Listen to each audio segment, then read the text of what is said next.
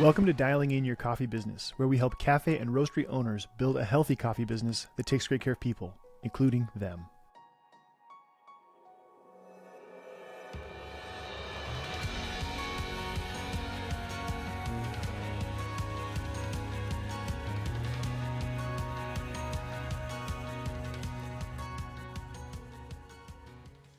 I'm Michael Ryan. I'm a certified business coach and consultant that helps cafe and roastery owners build a healthy coffee business that takes great care of all of the people, including them. My guest today is Bo Mann. Bo Mann is the owner and founder of Wake Up Coffee in Georgia. At the time of this recording, Wake Up has 3 cafes and a roastery. And during the course of our conversation, we go back in time, and I invite Bo to share a little bit of his story. As is the case with many cafe and roastery owners, they don't enjoy talking about themselves, but it's lonely at the top. And hearing the story of other cafe and roastery owners is something that I specially requested Bo to do so that you could hear his story and connect with him and his challenges and hopefully find some encouragement and some insight. We also talked about the process of starting a roastery, the necessity of being willing to jump in even though you don't know everything there is to know, and in fact, realizing that it is a gift to not know everything before you jump in. Because as we discuss, it's very likely that if you did know everything before you started, you wouldn't actually ever jump in. I'm extremely excited to share this conversation with you. Before we begin, I'd like to mention that this podcast is an extension of our coaching and consulting. It's a part of our effort to make all of the tools necessary to build a healthy coffee business zero cost to everyone. In keeping with that theme, I'd like to thank one of today's sponsors. Today's episode is brought to you by our How to Grow a Roastery online course. The internet and social media are filled with people trying to help you roast your coffee better and better, but there is almost nothing available to help you run the business side of your roastery better and better. Whether you also own cafes or not, this online on-demand course will guide you through step-by-step everything you need to know to grow your roastery into a healthy coffee business that takes great care of people. You can access this course and all of our other on-demand courses at threadbarecoffeeconsulting.com/courses. And be sure to enter the code podcast100 at checkout to get $100 off any of our online on-demand courses. That's threadbarecoffeeconsulting.com/courses and enter the code podcast100, all caps, to get $100 off any of our online courses. And now my conversation with Bo Mann. Bo Mann, welcome to the podcast. It's so great to have you, man. Hey, thanks for having me. I feel like that's what people say right there, right? Yeah, that's what people... thanks for having me. It's an honor. I'm excited to be here. Probably those 3 things, yeah? Thank you. Hope yeah, man. Bo, you are a cafe and a roastery owner. And my hope for this conversation today is to create a space for you to share a little bit of your story as much as you're comfortable. Because one thing I've learned about cafe and roastery owners in general, and you in particular, is they don't actually like talking about themselves. But it's not for you that I'm going to ask you to share a little bit. It's for the folks on the other end, the folks who are listening, because your story is unique and you've built something incredible. And I know you're not going to say that, so I'm going to say that for you. You've built something really amazing. And if folks are not able to go visit you in Georgia, they're not necessarily going to get that full sense of how beautiful the thing is that you've built. But I want people to be able to still connect with you, and knowing a little bit about you and a little bit about your story is kind of that first step in building that bridge. Because it's lonely. A lot of cafe and roastery owners are going it alone, and they have not too many people around them, but also not too many examples to follow, or just like people who they admire, who are doing good work. Maybe they're somewhere else in the country, but you are a great example of somebody that I think as people get to know you more and more, they will look up to you and consider you like an example worth following. And as you continue to learn and grow and build Wake Up, I know that will only become more true over time. But let's kind of go back in time, and I'd love a little bit of the history of Wake Up. When did you start it? Why did you start it? Give us a sense of Bo a couple of years ago. Oh gosh. Who was Bo, and why did he start this thing? I don't even know that guy anymore. Who knows? It's hard to rehash this story because it feels so far. It feels like such a distant person, and there's so many things that are still like at my core who I am, obviously. because so much of who I am is like belief driven, but this Yeah. also feels totally different. So yeah, I started Wake Up in 2009 as a single cafe on this tiny little island of St. Simon's Island where I Mhm. live now. I grew up here. Mhm. I went off to school, and then I did some different like missions and relief work type stuff for Mhm. years, and I came back home. And so when I was overseas, I fell in love with like cafe culture. Mm. It's the common place that I met so many of my friends Yeah. and new friends along my travels and stuff. And so Yeah. it was the connection, like everybody says in coffee, it's the connection of a cafe that really Yeah. drew me to a cafe. Mhm. And so I wanted to create a cafe back home because I felt like that was something we were lacking here. Yeah. So That's really cool. Get so I did that, yeah. Yeah, when you say overseas, give folks a sense of because you went to a lot of I places. went to a lot of places. The big part was like Morocco was a big had a big Yeah. influence on me Yeah. just because that was a totally different culture than anything I had grown up with Mhm. or ever seen. Mhm. And two, at that time in 2009, even still now, like that kind of like Islamic culture, American guy, what are you doing here? Mhm. Just here to learn about you and hang out with you. Yeah. That was a big thing. So a common place was really big and really important for my Mm. friends there that I was meeting because Yeah. yeah, everybody just kind of assumed like white guy here right now. Like they always ask us, "Are you Yeah. with the CIA?"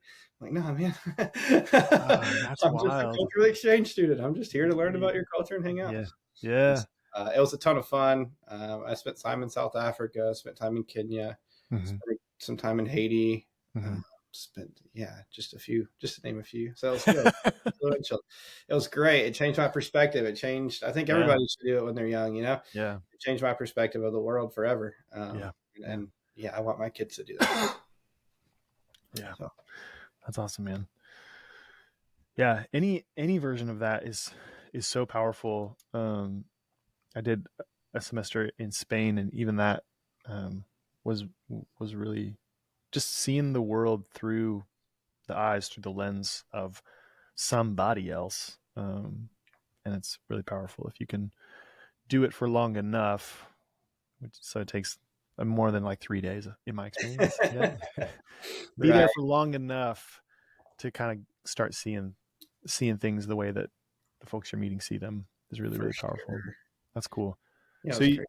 you came back, and in 2009 you opened Wake Up, and it was just the one cafe, right? You were serving somebody Just a else's coffee at the time. cafe, yeah. Yeah. Just a cafe in the little shopping village with like a really cool back porch that overlooked the marsh because I'd had a little bit of an office job and I had decided that I wasn't going to be stuck inside again. So I wanted this beautiful little porch patio view and how naive of me to think as a cafe owner that I'd never get to enjoy it, you know?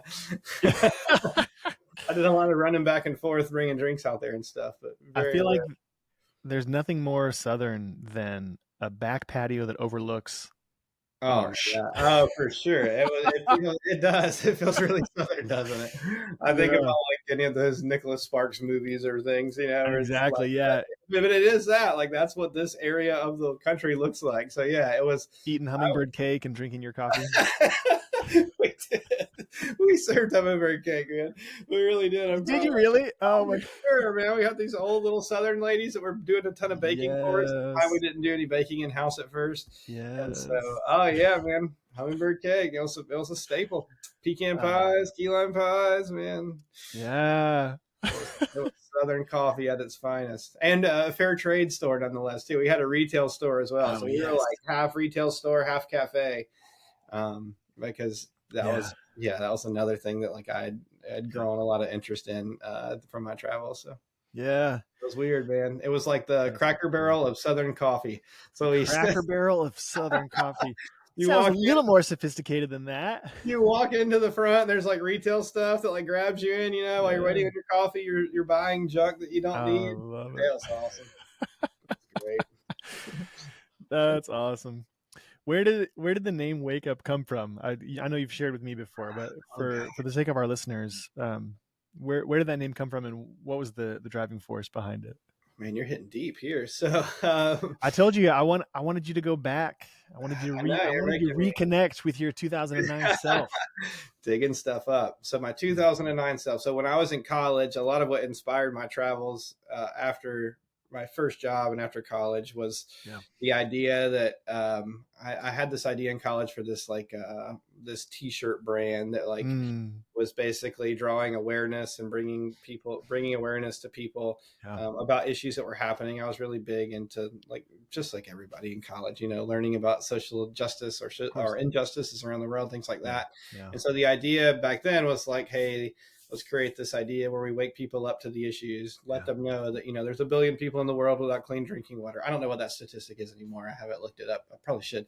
But at that time, like we were Yeah. going to design T-shirts focused Yeah. on, and we actually did it one time with oh gosh, I can't remember the name of the brand. They were digging wells in Africa if you bought their water. I can't remember. Anyway, they let us do it. We partnered with them. We made this cool design. That's Any awesome. money we made from the T-shirt, we donated back to this company that was digging wells in Africa. It was really cool. It fizzled just like anything that you start for the first time. But the idea of Yeah. waking people up to the issues and the Yeah. things that are happening around the Yeah. world. So again, we started as a fair trade store, Hmm. and then a fair trade coffee shop as well. Hmm. And so we were trying to wake people up to the ideas, to the injustices and the things happening around the world, and to Yeah. give them a practical way to do something about them. That's That was awesome. kind of our mantra and what we were after. That's awesome, man. That's really cool. Thanks for sharing. I know there's a lot of folks who are they're listening and they're more at that stage of the journey. And I've talked with a lot of people on free strategy calls, especially since Maxwell came on. We're getting a lot more people who are thinking of starting a cafe. Mm-hmm. So even though that version of yourself is somebody you maybe don't feel as connected to, I feel connected to that version of you because I'm on calls all the time with people who are in that stage. Awesome. And they there are some similarities in terms of like they're thinking about like should I roast my own, should I start a cafe, or should I start a t-shirt brand? It's like that's whoa. But there's a lot of people who are more in that stage. They're not even sure which thing they want to start. Uh-huh. um and but you landed on coffee and have kind of doubled down and redoubled down on the coffee front. Why do you think you went that direction, instead of doubling down on the t-shirt brand, uh, for example? Because I think it can be easy to oversimplify it and say like, one was one was a more global impact company and one was not. Mm-hmm. You could say that, but I don't think that's necessarily accurate. I don't think that really matches your experience and your story. But what made you double down on coffee and kind of go all in? Because now you have not one cafe but three, and you roast your own now. Mm-hmm. Um, but those are that's a pretty different path than like a t-shirt company that's digging wells. Yeah, for sure. Yeah, what I always tell people is like somewhere along the way of having that cafe, we fell in love with coffee. Yeah, Like we didn't start as a coffee forward business. I mean, yeah, we were a coffee shop. I guess we were coffee forward, but that wasn't like in our consciousness. That wasn't our number one priority. I know what you mean. Yeah. Community was the big base for what we wanted to do. We wanted to create a Mm-hmm. spot for people to be, and then we also wanted to create a spot to educate people, whether it was through Mm-hmm. retail goods, through books we had on the shelf, which is weird. We started back when books were still a viable option, right at the beginning of Kindles, but books were still an option. We actually sold books for like the first year. And so if Anyway, somebody is thinking about a coffee shop bookshop combo, we're saying it's not 2009 anymore, no, and that's probably not a viable model anymore. probably not. Although there is someone in my town that started said thing, so we'll see how that works out. Yeah, I know a few people, and I'm thinking of them as I say, don't. Margins in books are terrible. But yeah, so somewhere along the line, like in the first couple of years, we fell in love with coffee. Like, and coffee being a pioneer in that kind of, Hmm. the fair trade, direct trade, Yeah. justice movement. Hmm. Hmm. Um, that made that's how we kind of were connected with coffee first, and then like I said, we learned more about coffee. We learned the intricacies of coffee. We learned all the Hmm. good that it was doing. We learned that 90% of the poorest people in the world live in the coffee belt. We learned Hmm. all of these things that really drew us to coffee, Mhm. that little tiny seed inside that little Mhm. cherry that Yeah. just has this crazy wild power to connect people. Yeah. And we fell in love with the intricacy and the variety and the Mhm. just the process of it and the craft Mhm. of it. You start Yeah. manually brewing some coffees, you start tasting some weird things, and you start going like, oh my gosh, there's a whole nother world of this. And so, I love it. and two, like not just us, we realized that our customers loved it. And we realized that Mhm. people, more than anything for us, we realized that people just like craved a space to be, and somehow coffee has this like Mhm. magical connective power. And Mhm. yeah, the more passionate and excited we were about it, the more passionate and excited our customers became about it. And That's so, awesome. yeah, we decided, hey, we're gonna roast some coffee. That's awesome. We're gonna get rid of some retail stuff. So yeah, eventually we phased out all the retail stuff because we just Yeah. needed space. We couldn't Yeah. sacrifice the space. We were Yeah. having to turn people around because we didn't have enough space for them to sit and engage and Yeah. and Yeah. hang out in our shop. So Yeah. yeah, eventually we just kind of weaned ourselves away from retail and became a Yeah. full on coffee roaster. That's awesome. Did you have just the one cafe when you started roasting, or what was the We did. timeline, kind of the sequence? Yeah. Yeah, so we roasted. Cool. We started roasting coffee literally the day after my daughter was born. We picked up our coffee roaster in Nashville, a used coffee roaster we found on eBay. Okay. Bad idea, but sometimes you just got to bootstrap it. Uh, Bad we idea, but it turned out okay though, right? For turned you. out great, beautiful. Yeah. Yeah, it turned Just out not great. necessarily what we would recommend to everybody. That's right. So we were supposed to pick it up at like 7 a.m. in the morning. I got a phone call at 5 a.m. that my wife was in labor, so I flew home. So that's how I always remember. As old Oh my gosh. as old as my oldest daughter is, that's how long we've been You've been roasting. roasting coffee. And so yeah, we started roasting in the back of that little cafe, the St. Simon's Cafe. Oh my gosh. We cleared out. We actually bought a little shed to put in the back. Yeah. Uh, but when we Yeah. got to Home Depot, we were going to buy one of those shed kits, and we wimped out and we're like, let's just get a plastic one. So we put together the plastic one, and then we are like, this is probably a really bad idea to roast hot coffee in a plastic shed. Overlooking So the marsh. yeah, exactly. Right on the marsh. Exactly. And so, yeah, so we ended up moving our storage area, our little office area in the back of Mhm. our cafe. And we roasted coffee in this like 5 by 5 corner of the cafe. Yeah. And we got a pallet of coffee at a time and we Yeah. stacked it, 10 high. And we Yep. would just pull from the top and mix and match. And Get it. it was quite the cluster, but it was awesome. And we didn't know any better. We thought it was Yeah. fun and we loved Yeah. it. And our customers thought it was neat. And they'd all come back and say, is that a coffee grinder? Yeah. Not a grinder. but, Yeah. but yeah, it was awesome. We had a ton of fun. I'd like to take a brief moment and thank another one of today's sponsors. Today's episode is brought to you by our How to Grow a Roastery group coaching cohort. This 12-week cohort is led by me, and it follows the 12 modules in our How to Grow a Roastery online course. But it is so much more than that. When you join our cohort, you get access to our owners-only Slack community, access to recorded group calls, and access to book a one-on-one call with me to talk about growing your roastery. In addition to that, I will personally review your website and your social media accounts. I will also personally review any materials you send me during the cohort, such as wholesale pricing sheets and marketing collateral. I always order coffee from our group coaching cohort members, so of course I'll be giving you feedback on product quality, fulfillment, and follow-up as well. You can watch the trailer for this group cohort and all of our cohorts at threadbarecoffeeconsulting.com/group-coaching. Be sure to enter the discount code podcast500 to get $500 off your group coaching cohort. That's threadbarecoffeeconsulting.com/group-coaching and enter the discount code podcast500 all caps to get $500 off your group coaching cohort.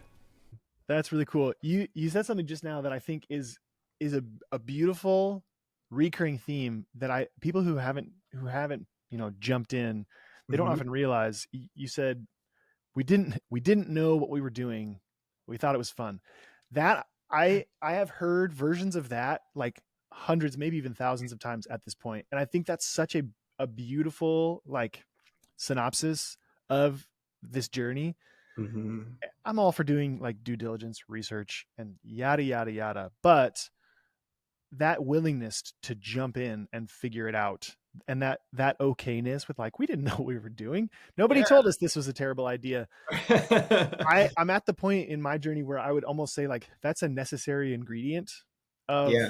of this whole process, and I hear it so often from the people that I respect that there's some chapter of the story where it's like we didn't know this was terrible, or we didn't know this was a bad idea, but we were still having a ton of fun doing it. And I think kind of embracing that, not not denigrating ourselves or our past selves for our relative ignorance, but just being like, because here's the thing: if I had known better, I might not have pulled the trigger. Oh, for sure.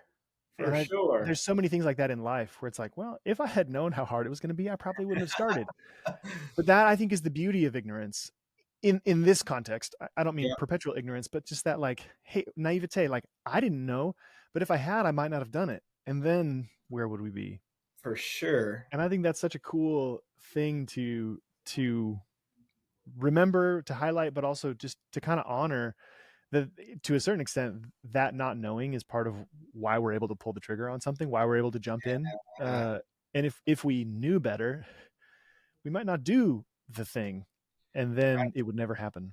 for sure. Absolutely. Yeah. If I I had think known, that's really or cool. if I had like, it's almost like you don't want to research it too much. Like I'm glad I didn't hop online and Exactly. like get in Yeah. all these forums or all these groups, Yeah. or whatever, because I probably Right. would have been more discouraged than I was. At the time, I Right. did hop on, do a little bit of research, but Yeah. at the time, the general understanding for coffee roasters was, I Mm-hmm. remember it like seeing it over and over on the Mm-hmm. forums that I did look. It was Mm-hmm. like, hey, you know how you learn to roast coffee? You go to your local roastery and you apprentice under somebody for 5 or 10 years, and then you Nope. become a master roaster, Mm-mm. and Nope. then that's it. And that's just what people kept saying over and over and over to try Yeah. to squash what felt like it was, they were just trying to squash entrepreneurs or people trying Yeah. uh, Yeah. to do, Yeah. to get into it. And it Yeah. felt that was the general consensus, I guess, at Yeah. that time. Now Yeah. it's since evolved, and I know, like, I think Mill City even says that their mission is to like democratize coffee roasting or something like that, to Cool. lower the barrier of entry or Yeah. whatever. I like it. But yeah, like it was not that back then. It was very much Yeah. like, if you don't know what you're doing, stay away, don't get into it. So yeah, Totally. we just kind of ignored that and just thought, we're just gonna have Yeah. fun. Yeah. We thought, like, hey, we're gonna keep our primary coffee provider, our primary coffee roaster. We Hmm. even said at the time, which this was naive, and we're like, hey, we're probably going to just keep buying coffee and roasting coffee for like a year, and then we'll get good enough. And you're like, yeah, right, man. You get in there, and you're like, second batch. I'm like, man, this is great. We're selling this. I know what I paid for this versus what I paid for that. I know it, Yeah. and you're like, let's Yeah. go. I So love it. we definitely did not keep our current coffee roaster, Yeah. which some people may recommend Yeah. not making the switch that quickly, but it worked Sure. for us. Yeah. I talked with one roaster, so kind of a similar story. I forget how many locations they had when they started roasting, but Mhm. they were a wholesale client of a particular roaster. They told them they were going to start roasting their own, and the Yeah. wholesale roaster cut them off. Oh, Like, really? they were so upset with them because they wanted to do what you just described, whereas Hmm. like, oh, we're going to start roasting, but we want to share shelf space. Like, we want to sell our coffee and your coffee. Like, we want to continue to be a wholesale client of yours. And they were like, you've got 2 weeks and then we're cutting you off. Oh, that's a So bum. they were roasting their first batch with the knowledge that it was like, this has to be good 2 because weeks to get it we have right. 2 weeks to get it right. Thankfully, they were on an IR12, a Diedrich IR12, and if It's hard to mess there's it a up it's there. hard to mess it up. Yeah. Miss that. I miss that machine so much, man. Yeah. Yeah, like, this is not an endorsement of Diedrich, but No, I it's mean, hard yeah, to mess up a roast on an IR12. yeah, it's not a bad roaster. I Right. there's two things I want to kind of observe, but also hear your thoughts on. I've in in my experience, there is a delicate balance between consuming and creating. So, like, and this is sort of a general observation, people who are on social media, Hmm. 100% consuming what's there, often have a hard time toggling over to and beginning to create anything. Yeah. One thing I've noticed when I talk with creators is they consume a remarkably small amount of the thing that they Yeah. create. What I'm beginning to notice is that if we consume too much information Hmm. about, let's say, roasting, it'll actually stifle us from creating anything Oh my gosh, yes. because we almost know too much. Oh We my don't god. have that positive naivete to, like, hey, I know a little bit, but let's jump in and learn by experience. Yep. From your perspective, what do you feel like is a healthy balance between, like, creation and consumption? Because what I mean is like for my personal temperament, because I have a bent towards consumption, not creation. Uh-huh. Personally, I need to limit it to like 80-20, if not like 90-10, if not like 99-1. I'm not saying eliminate consumption completely, but I Yeah. find that the more podcasts I listen to, the harder it is for me to sit down and record this one. The more social media I consume, the harder it is for me to hit record and do a reel for Instagram, for example. The more I consume, the harder it is for me to create. Yep. What do you feel like you see in yourself or in other people? Like what's the balance for you in terms of do you find that if you consume too much, it's actually hard to create? Oh my gosh, absolutely. And by nature, I'm a consumer because I always like very few things I look at that I'm not like, hey, I can figure that out. Like that's what I Yeah. love to do. I love to look at something and be like, hey, I think I I can do love it. that. I can do that. I'm going to figure that Yeah. out. So I I love it. love to consume, consume, consume. But like at a certain point, yeah, you just have to stop. Yeah. Otherwise, and two, I'm a bit of a perfectionist. So it's like if Mm-hmm. I can't do it as well as I saw that guy online do it, Yep. then I'm just like, I'm out. I'm not going to do it. Or hey, if I Yeah. can't afford that same machine that like I see these 10 roasters that I Mm-hmm. love have, then I Mm-hmm. can't do it. Like I can't afford that $150,000 machine, so like I'm just not going to roast it all. You know, Oh yeah. yeah, you Yeah. got to. I mean, honestly, like I don't even look at our social media hardly any because I mean I'm the one that started our Instagram, and Yeah. I'm the one that followed all the people. So I'm following all the Sure. players that I like, all the people, Sure. all the top 25 roasters that I love and think that are Yeah. amazing, all Yeah. the little cool startups that I hear on podcasts or Mm-hmm. whatever.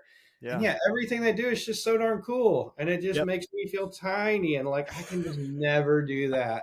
And so then I just don't do it because I'm like, Yeah. hey, I can't do it Yeah. like that. I can't didn't Yeah. That's just not true. And so yeah, and there's so much info. And for every guy that's telling you you need a diminishing rate of rise, there's another guy telling you that that's garbage and that you need to wash at the start of your roast or you Yeah. need to do. And it's Yeah. just too much information. So yeah, I think finding people, and this is something that you've taught me really well. It's like finding that worthy rival, finding Mm. people that aren't unattainable, don't Yeah. feel unattainable to replicate to you. Yeah. Yeah. Yeah. Yeah. I'm not Stumptown. I don't need to like compare myself to Stumptown. Uh-huh. But finding worthy rivals, finding people that you see that they're doing things that are succeeding and working Mm-hmm. Mm-hmm. and trying to model that. Like and look at those people maybe. Mm-hmm. Mm-hmm. But don't look at the people that like you're just not. Like I'm not black and white roasters. I don't Yeah. have 5 lowerings in a row.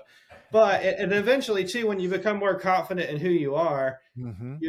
you can then start to look at them. So like Yeah. now I look at like black and white often, and Kat does a really cool Instagram thing. She's a roaster for them, and I look at them. I'm like, that's so cool. Like I like to learn from them now, Yeah.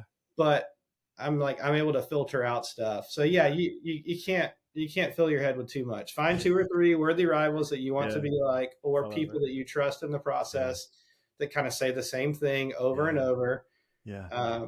that don't change and aren't just trying to be like Mm-hmm. the devil's advocate or Yeah. trying to instigate crap online. Find 2 or 3 people that are just solid voices Mm-hmm. and replicate that. Go follow them. Mm-hmm. But yeah, you can't fill yourself with noise or you'll never start. You'll never do anything. So yeah, I'm like you. I'm like Totally. 98 2 maybe. It doesn't work for me. I Yeah. still can't get on our Instagram page hardly ever. I go occasionally, but but I mean Yeah. it's my fault. I've filled our feed, our follow. I've followed Sure. all the people. So Sure. yeah, it is. It's hard, and you just have to. But yeah, like I said, the more secure you get, the more you own Yeah. who you are. And like, hey, Mm-hmm. this is the kind of roaster we are. This is our target market. These are the Yeah. people that follow us. Yeah. Then it becomes easier. That's cool. I think that's really wise. The other thing I've noticed about too much consumption is it leads to knowledge without any sort of experience. So if you're on social media 10 hours a Yes, day, you can start to think you know things about things. But yes. it's like, um, but you've never done the thing that you think you You know a ton about. So, right. and again, this is like I'm super prone to this, so I have to Yeah. keep myself in check to think I know something about anything. Um, but the question that becomes, have I done anything? Do I have any actual experience with that particular thing? Yeah. And overconsumption can lead to a, a sort of expertise that's not tempered with real life experience. That's sort of a facade, and this is my natural bent. So I'm pointing the finger at myself when I say it, but it's part of why I need like a 10-1 ratio of like for every hour I spend on social media, I need like 10 hours of creation Yes. like putting things out into the world, because I also need that experience to temper and inform what I'm consuming, so that I'm not just consuming, and then assuming that I know things I don't actually know. Right. That willingness to jump in, even if you know you don't know, Yeah. is one of the hallmarks of people who do the thing to begin with, but are still doing it years later. And so you're it's not 2009 anymore. You've got 3 locations, and you're roasting your own. You're not on that Diedrich anymore. You've upgraded. We started on Uh, the Ambex. Actually, we started on a popcorn popper from Sweet Maria's Instructions. I forgot. I told you that earlier. yeah, I have it actually in the upper top corner of my shelf here because it just reminds me. A little I popcorn love it. popper with a I little love almost it. valve. Yeah, and that's where Yep. we started. Then yeah, we went to an Ambex, and then Uh yeah huh. to a Uh huh. Diedrich. And Yeah. Is the Ambex the one you got on eBay? Is that? that's the one I bought on eBay. Yep, bought Yeah. it on That's eBay. awesome. I had no idea what I That's was awesome. doing. I remember calling a guy that I knew. I had a friend that roasted coffee Uh huh. in Athens, Hmm. and I called him because he was like, "Just call him, just ask him questions." So I like reluctantly called him because again at the time Hmm. everybody's being really really protective of their craft, and he has an Oh Ambex, man, and he's yeah. talking to me, and he's like, "Man, it's just like the Honda Civic of cars." And I was like, that's the kind of roaster I want to start with, or the Honda Civic of coffee roasters. He's like, it's Yes. not pretty, but it gets the job done and it's reliable. I I was like, love it. I like that. That I resonates love with it. me. I So love it. it was, That's it was, awesome. yeah, it was awesome. That's really Learned a cool. lot. Well, I love, we've kind of like we've walked through a little bit about your history, your story, and a little bit about how you decided to start. But folks are often asking me on free strategy calls, like, how do you start a roaster? And I only want to really focus on your experience. Like, you don't have to invent things or comment on things you haven't done yourself. That's not what I'm asking. But a lot Yep. of people are in that spot where they have one cafe and they're thinking about roasting their own. And I know you and I have talked about this, but my mantra has been like, if you have one cafe and you don't want to roast your own, that's fine. Hmm. But I've always said, like, once you have 3, you better be roasting, Yeah. because at that point it makes way more sense. But you started when you had the one cafe. Hmm. Um, but some of the most common questions I get is like, how do you even start? So, like, let's be even more specific. Can you start on a popcorn popper? Like, did you serve that coffee, or was that for experimentation purposes only? That was experimentation only. And Gotcha. yeah, I see people online that are, that have these great like Instagram accounts or great Hmm. like footprint online, and they've got this big company, and then you look at a picture of them and they're like on a 1 kilo roaster, and you're like, Yeah. that's not you can't do that. I Yeah. mean, what are you going to do? You're going to Yeah. I mean that works. Yes, if you just like Yeah. your goal is just to send coffee to like your friends and your friends' friends and Totally. that's it. But like Yeah. you can't run any kind of volume at that. You're going to just Hmm. waste all your time standing over that. Yep. And so, yeah, so for our first little popcorn roaster, that was just fun. That was just exploration. Yeah. Our first roaster was a 10 kilo, which a Cool. lot of people told us we could start with a 5, but then a lot of people say, like, you can't really start until you get bigger. Yep. And so I thought, you know what? A 10 was available, a Hmm. 10 was attainable financially for us at the Yeah. time. Yeah. And I thought that's bigger volume than a 5. It's not Hmm. quite Hmm. like a Hmm. 12, which everyone says really should be your starting point. Yeah. So I did start with a 10 kilo. Hmm. That was enough for our store and Hmm. maybe like one wholesale account. But Yeah. realistically, it wasn't a Yeah. viable option for multiple cafes or multiple wholesale accounts. It just wasn't Yeah. because too, I mean, your capacity is essentially half, Hmm. most times half of Hmm. what the stated size Hmm. is, Yeah. and so, yeah, there wasn't enough. That Mm. could not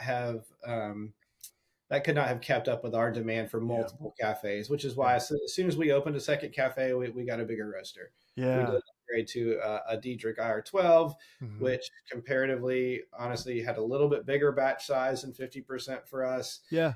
and Totally. was just enough to kind of get us over that hump. Okay. But yeah, you can't realistically start with a Yeah. tiny little roaster. You can Yeah. start to learn the craft, and you can start to Totally. understand coffee and coffee Hmm. roasting. But Hmm. yeah, you can't start your business Yeah. like a legitimate roasting business that way.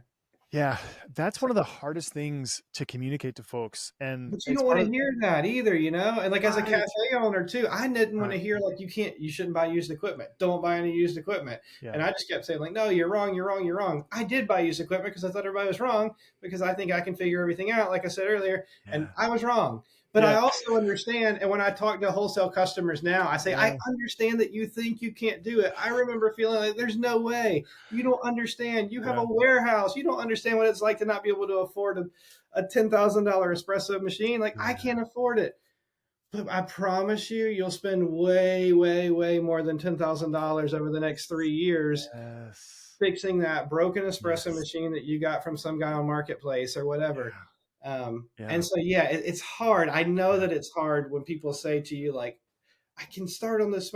And I know that you think that the person that you're talking to doesn't understand, but yeah, they do. yeah, And we were all, it is easier when you get rolling and when things get mhm, going. But you know what? Like if you can't make it through that first 3 years, you're not going to be yeah, rolling and going. So, yeah, yeah, just make wise decisions when it comes. Sorry, I didn't totally. mean to interrupt you there. That's like No, that's it's so exactly what I hard. wanted. Attention. Yeah, Oh, and I feel you, startup guy. I feel you. I bootstrapped it too. Like I had a lot of yeah, support and a lot of houses I could have crashed in if we failed or whatever. But like, and I know everybody doesn't have that, and I was yeah, like very fortunate to have that. But at the same yeah, time, yeah, we started everything for like yeah, under $20,000, and yeah, that's impossible. That's a yeah, bad idea. yeah, yeah. It's so hard, but this is like the reason I wanted to talk to you because I wanted to hear your thoughts on this specifically. It's so hard, but I talk with people all the time, and they're like, I've got a popcorn popper, I've got 100 gram capacity roaster, I've got a 2 pound, 1 kilo roaster, and I Hmm. and I want to turn this thing into a business. Walk me through how to do it. Yep. And I say, you got to buy a real roaster. Yep. And they don't want to hear it. They don't want to be told that. If you kind of like one of my favorite mental exercises is to like take the conversation and change contexts and see if it holds up. And because we were just talking about this, like cupping, or we were talking about doing samples Hmm. on a clever brewer or a clever Hmm. dripper. Cool. So would you take a clever dripper and open a coffee shop with just one of those things? That's all you have to make the coffee. No, you would never do that. You would Right. buy a legitimate espresso machine with a legitimate grinder, and you would spend upwards of $10,000-$15,000 Hmm. for that setup. So we get these people with a sample roaster that's appropriate for roasting a sample, just like a clever Right. dripper is appropriate for brewing 1 cup of coffee, and they want to know if they can turn it into a business. And the answer is no. Yeah. And but it's like a heartbreaking thing to tell people.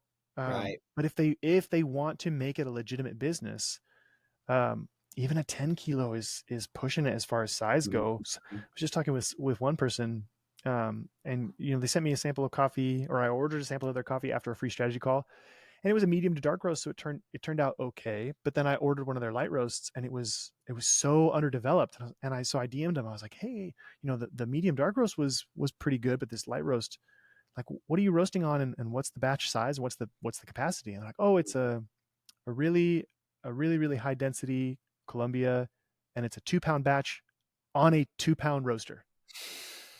Like, oh, Lordy. You're done for. But we back ourselves into a corner when we start with such a small roaster. If we want to make this a business, if it's a hobby, if it's a sample roaster for sampling purposes, Yeah. totally. But if you want to make it a business, then you have to think of it like a business. Yeah. And there's equipment that's required, just like an espresso machine and a grinder, Hmm. because we'll start trying to make decisions like, oh, I have a 2 pound roaster, but it takes me forever to roast a 5 pound bag for a wholesale customer. Right. And so I'm here for, you know, over an hour roasting coffee. Maybe I could just max out the batch size. No. And Yep. then the whole thing doesn't work because the coffee that's coming out of that roaster is crazy underdeveloped or whatever. Yeah. But it's such a hard thing to communicate to folks that if you really want to do this, you have to do it. You got to do it. It's so hard because you It's don't so want to hard. crush dreams and you don't want to say, No. yes, you could if you want to stay up 20 hours a day just roasting coffee nonstop. But again, it's like the broken espresso machine. You're going to spend so much in gas and so much in time and So so much, much. like Yeah. you're never going to recover that. Mhm. And I'm all for bootstrapping. I love bootstrap. It's like my thing, man. I love to try to find a way for somebody to save some money and like pull it Yeah. off with an unreal Yeah. budget. It's a hobby. I love it. It's like my favorite. Yeah. Yeah, at some point you just have to Yeah. you just got to be real, and unfortunately, it hurts feelings, and I know it's hard. Yeah. Uh, and yeah, I mean, I think we Right. just kind of lucked into it. It's like Yeah. I ignored the majority of things I heard, but Mhm. luckily I made a few little right decisions that made it work. And Enough of yeah, them to make it I work. Yeah. remember. What's that? Enough right decisions to make it work. Yeah, right. I mean, I remember looking at like a little 2 pound roaster and running the numbers on it. I'm like, well, it's automated, and I could just set it and forget it, and you know, no, you just there's certain things you just don't listen to, but there's certain people and things that you do listen to, and yeah, you Yeah. can't. Yeah, you can make a business, but is it a viable, realistic business on a 2 pound roaster Yeah. roasting 2 pound batches with zero energy? Yeah, no. Mm-mm. Yeah. Yeah. 100%. That's probably the number one thing um, that I see folks they want to turn it into a business and then they have a roaster that's just too small to do anything other than a sample roast. I'd like to take a brief moment and thank another one of today's sponsors. Today's episode is brought to you by our one-on-one coaching program. Whether you're in the startup process or you've already opened up your cafe and roastery, our one-on-one coaching program is for people who are ready for a personalized touch and a proven process to follow. This 12-month program takes you through 3 major phases where we make sure you as the owner are flourishing. We make sure the business is flourishing. And finally, we make sure the staff is flourishing. Not because staff is least important, but because this is the only process that actually works. When you join one-on-one coaching, you get access to all of our group coaching materials, including recordings and the private Slack community. In addition to that, you get a standing one-on-one meeting with us where we walk you through how to ensure that you are flourishing as the owner, how to ensure your business is flourishing, and of course, how to ensure your staff is flourishing. For one-on-one coaching, we prioritize people who have taken our courses and or joined our group coaching, but you can always reach out to us and schedule a strategy call so that we can be helpful and see if one-on-one coaching is a good fit for you. Just go to our website, threadbarecoffeeconsulting.com, and click the link to book a strategy call. The Yeah. other thing that I was curious to hear your thoughts on, and for folks who are thinking about embarking on this, Hmm. and let's say they have the small roaster, but they're listening to us and they're like, okay, I get it. But once you get, a larger roaster, it starts begging lots of questions about like who needs to inspect that? Does it need to be inspected?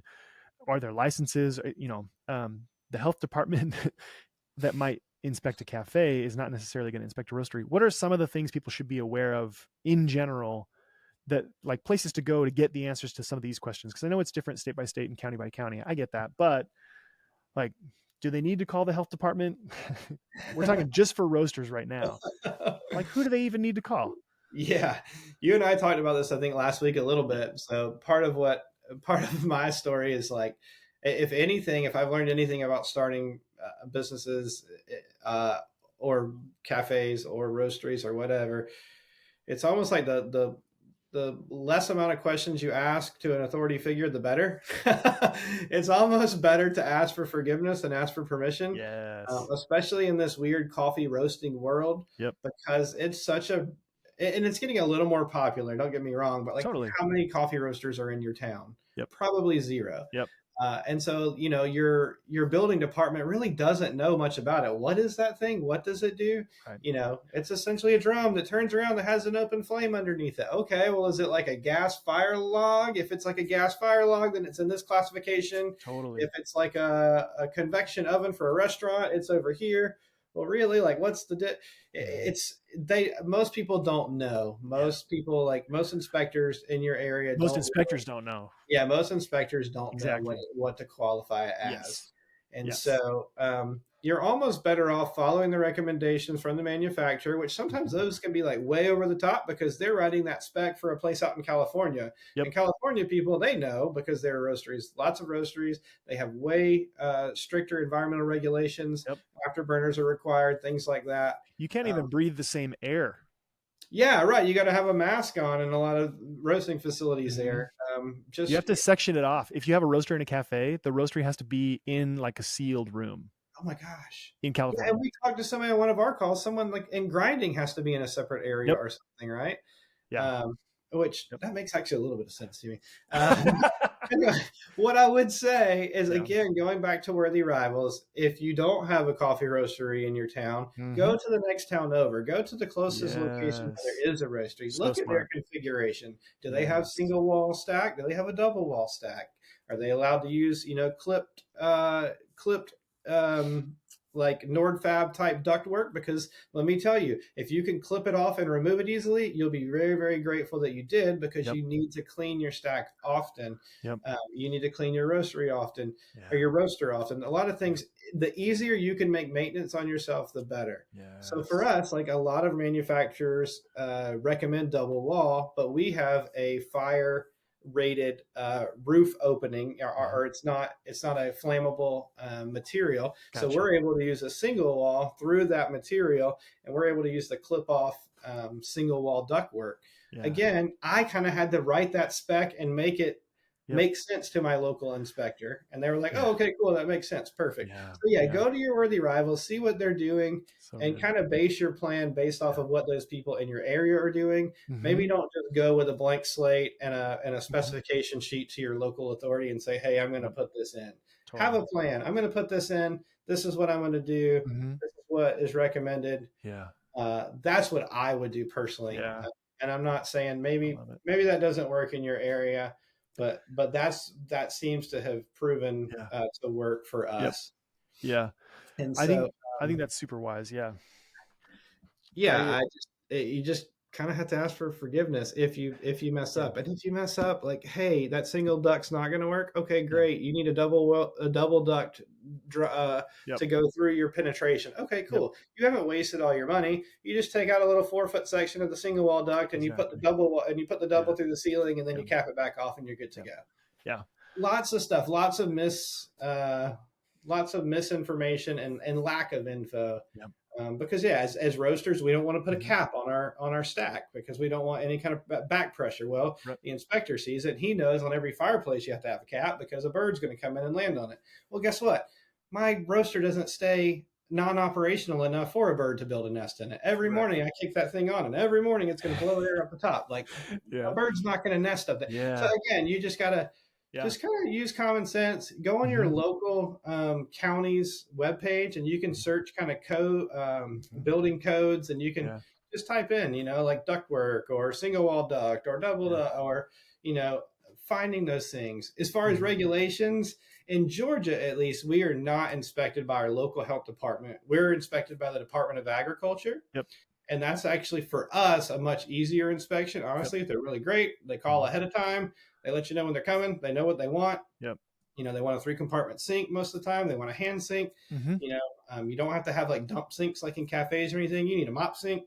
You need a hand sink. You need a 3 compartment sink just to wash it, sanitize like your storage Yep. buckets and things like that. Yep. They want you to have coving along all walls, just basically like critter free, like Yeah. close all gaps, all Yeah. light gaps. If you Yep. like turn the lights out in your roastery and you look around, can you see any light gaps anywhere? If you can, put a baseboard or a coving around it Yep. just to keep it. And that's all they're looking for. They're looking for you to Yeah. keep a clean place because you are processing food. Yep. Technically, the good news is you're not processing potentially hazardous food, Hmm. so the bar is really really low. Yeah. But they're just making sure that you got an Yeah. exterminator, you don't have bugs running around, Yep. and that you're covering everything up and taking care of Yeah. keeping these food safe. I love that. I think If you I've get bigger, you got to go FDA. There's like a certain threshold where if totally. you're roasting X amount of coffee, then you Yeah. do need to go to the FDA. The good news for the Hmm. FDA cert, though, is that your local Department of Ag standards are based off of this greater FDA Totally. requirements. And so, Yeah. yeah, at some point, I don't remember what the threshold is in Georgia, but I'm Hmm. far from it. Yeah. And I think Totally. most of us are. If you're there, you already know it. Yeah. Um, I think I've used that phrase. It's better to ask forgiveness than permission with a lot of people who ask these types of questions, and I totally get it. We have a lot of, especially on the roasting side, these people are highly conscientious and terrified of doing like the wrong thing or something illegal. Yeah. What we learn though from actually doing this stuff is that these number one, these inspectors, they are trained to understand certain types of businesses, and coffee roasting is not usually one of them. Mm-mm. So they are the inspector, and we want to respect them as people, Yeah, and we want to for respect their sure. position, of course, and also recognize that they don't know. We used to bring in, like, I remember bringing in an HVAC guy and having him look at the roaster, and he was just like, I don't know what this is. What do you mean it's a coffee roaster? He's like, I don't know. It's like, but your whole world is HVAC. Like, yeah, I don't touch these things. So even though he's an expert, he doesn't, he doesn't know coffee roasters. And same thing with a lot of inspectors. They come in and they don't really understand what they're looking at. And so that sort of like ask forgiveness, not permission, partially because you're going to be asking permission from people who don't know what they're talking about. Not Right, because they're unintelligent, they're not trained. Also because a small coffee roaster, even a medium-sized coffee roaster, they don't care. Like, right. you're not on their radar. They're not watching you. Oh, They're spending their time going to bigger facilities that are doing much more of whatever they're doing, or processing hazardous materials, like you said. mhm. That's what they're doing with their time. That's who they're concerned about. But Our you know, first roaster, we just, like, brought it in the cafe, set it up like any totally. restaurant would an oven, and it's just Yep. like, we didn't call Yeah. anybody, we didn't need to do Yep. anything, like, we Yep. just put it in, we piped it out, Yeah. and we were good to go, and the next time, they come around for a yearly fire inspection to Yep. make sure your extinguishers are to date, and it's like, "Hey, Totally. that's cool, Yeah. awesome, good job." Yeah. Like, they don't care, so, Yeah. I was gonna say one thing, last our one of our cafes, we moved our roastery into the Mm-hmm. cafe temporarily. It didn't Mm-hmm. work out long term, but a builder was building that spot for us, and so he was doing everything like soup to nuts for us. And so all I did was like I plopped the roaster in place, and he was like, "Hey, we got it from here." Well, yeah, what he did is he called his HVAC guy. The Yep. HVAC guy comes up with this just terribly weird rig, Yep. double walled, insulated Yep. thing. It was really strange. Honestly, didn't even have a stack. It like went out the side of the building and then just like capped off. Yep. The inspector comes, and I'm there when the inspector comes because I'm thinking like, there's no way this is going to pass. These guys don't know what they're doing. HVAC guy didn't know. He asked the inspector's like, "You good with that?" It's like, "Yeah, makes sense to me." All right, good. I don't know anything about that machine. If you Yeah. say it's okay, I'm okay with it. Yeah. Saying it to the HVAC guy, and Yeah. again, the HVAC guy's like, "I don't know what this thing is. I see that." Yeah. Yeah, so they just don't know. But Yeah. again, but now we've moved to other places where, yeah, I just kind of have my plan written down. I show Yep. them what I'm going to do, and Mm-hmm. they're like, "Okay, great, awesome." Yep. Even if they even know about it, Yeah. honestly, we've installed other machines without Yeah. them even coming. So Yeah. yeah, I think but be safe. Like, be smart. Have fire totally. extinguishers around. Have water around. Like, you're going to have a chaff fire or some sort of like thing. Yeah. Like empty your chaff cyclone really, really often. Like, Yeah. more than you think you need to. Not every Yeah. batch, not every second batch, but like often. Yeah.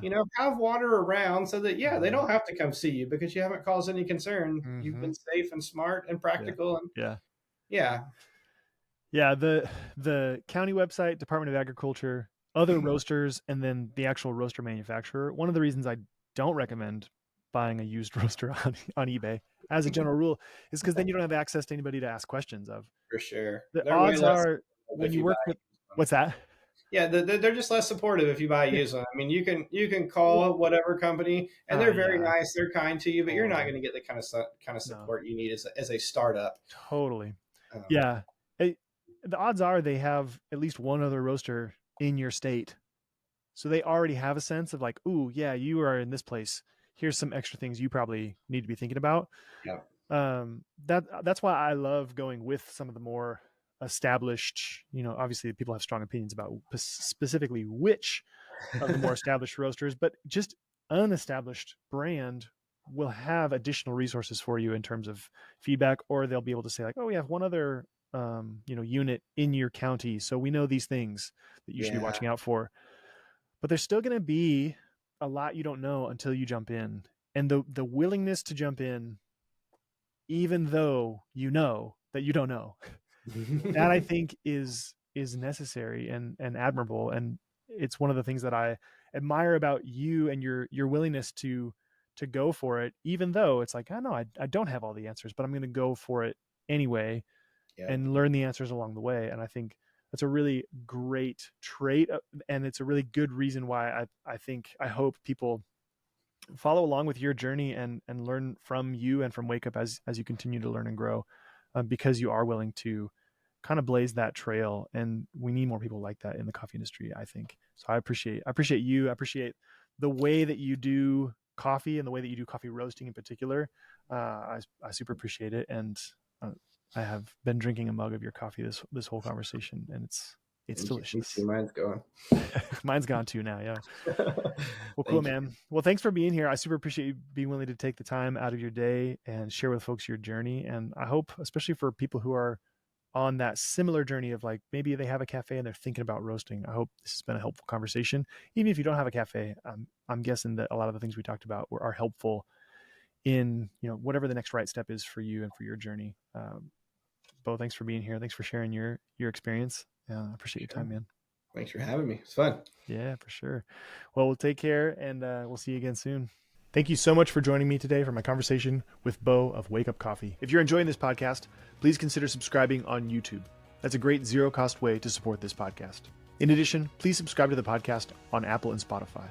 And on both Spotify and Apple, you can leave us up to a 5-star review. Please check out our online courses, our group coaching, and our one-on-one coaching. That's the absolute best way to support this podcast. If you have any questions or topics you'd like us to cover or guests you'd like us to invite, please leave those in the comments section on YouTube. If you're not already following us on social media, we are at Threadbare Coffee Consulting on Instagram, and that's really the only platform we're active on. That's where I regularly post bite-sized thoughts on what it will take you, the owner, to build a healthy coffee business that takes great care of people, including you. The content we post on Instagram overlaps with the podcast, but it's generally distinct from anything we cover on this podcast. If you haven't already visited our website, we have a myriad of free tools and trainings for coffee shop and coffee roastery owners. Everything from calculating your cost of goods sold for both a cafe and a roastery, which is completely different, pricing, which again for a cafe and roastery is completely different, managing labor percentage in a way that takes great care of people, etc., etc. All of those tools and trainings are available at our website, threadbarecoffeeconsulting.com. Thank you so much for joining us for today's episode. And last but not least, thank you for your interest in building a healthy coffee business that takes great care of people, including you.